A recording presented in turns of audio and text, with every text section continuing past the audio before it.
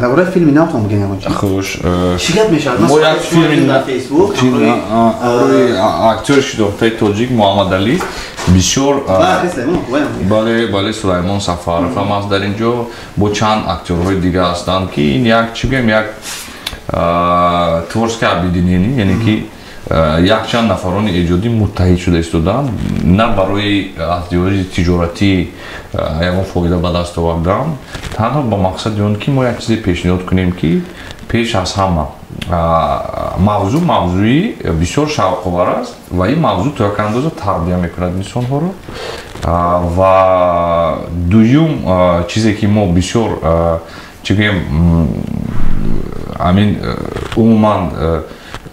فکر کردیم که عامل مهم است این عامل پیوستگی دارد با صفت یعنی که پیش از همه صفت به‌نهایت صفت خوب داشته باشد هم صدا هم سیما یعنی که هم از لحاظ سبک تکنیکایی که ما استفاده بریم و سومین شاید این یک فیلم میشود که هم فیلم شوق‌آور است هم از یک چند ژانر عبارت است ما ژانر رو گفتن نمیتوانم برای شما اما میگم که فیلم بسیار فیلمی خوب است یعنی که ما کوشش نکردیم که بسیار نفران مثلا سیناریو هم مثال ما تقریبا یک مشته من سلیمان و مثلا هر روز میشتیم مینویسیم از پیش خود با ورق یعنی که در اون اگر نگاه کنیم بسیار دقت کسبی ندادیم ما فکر کردیم اون چیزی که ما باید کنیم که در بازار کینوی تاجیک این چیز پیش از همه نباشد و چیزی باشد که شوق‌آور باشد یعنی که برای ما مهم نیست که از یگان نفر بیند و گوید که بسیار این چیزی کسبی یا یگان منعقد کینو بیند بله مقصد اساسی ما یک چیزی با صفت پیش از همه با زبان تاجیکی خوب با لهجه کوچکی نه یعنی که با لهجه نیست که به این منطقه هم دخل دارد یعنی که با زبان تاجیکی ادبی فهمو و با صفت خوب با چهره‌های که مثلا بسیار نفران مثلا در کینو بازی که اکتورهای مشهور هم در آنجا میشوند مثلا هست نفرانی که شاید بار اول دیبیوت میشود برای اونها بار اول مثلا چهره اونها رو در همین فیلم میبینن یک چیزی نوی خوب و من فکر میکنم خودتون میبینید بعدا بها میده من چند سوال کوتاه می‌پرسم که می‌خواید جواب بدید بگین بگذارید مؤلف سیناریو در اینجا نگاه کنیم اگر من سلیمان و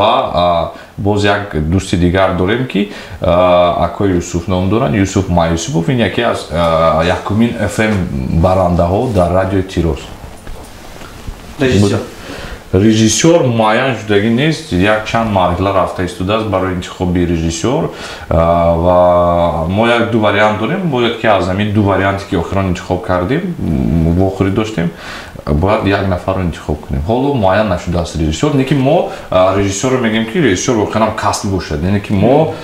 من رژیسور نمیکنم یا سلیمان یا دیگر اکتورها این خیلی گپ نیست یعنی که هر یک کار هر یک چیز مثلا صدابرار کاری صدابراریش میکند نواربردار کاری نواربرداریشه نفری که مثلا صحنه باید آورد و همه کاری خودش رو میکنه پرودوسر فیلم من خودم هستم یعنی که فیلم رو اصلا چی بگم از لحاظ مثلا هم تشکیل نمودن هم از لحاظ مثلا سرپرست یافتن و اینتگراسیون دیگر حالتایی که هستن اصلا با دوش خود میگیرن و همه مهم نامش چی میشه؟ نام فیلم بسیار نام شوق‌آور است شاید من بار اول برای شما میگم نام فیلم نام دارد 100 روز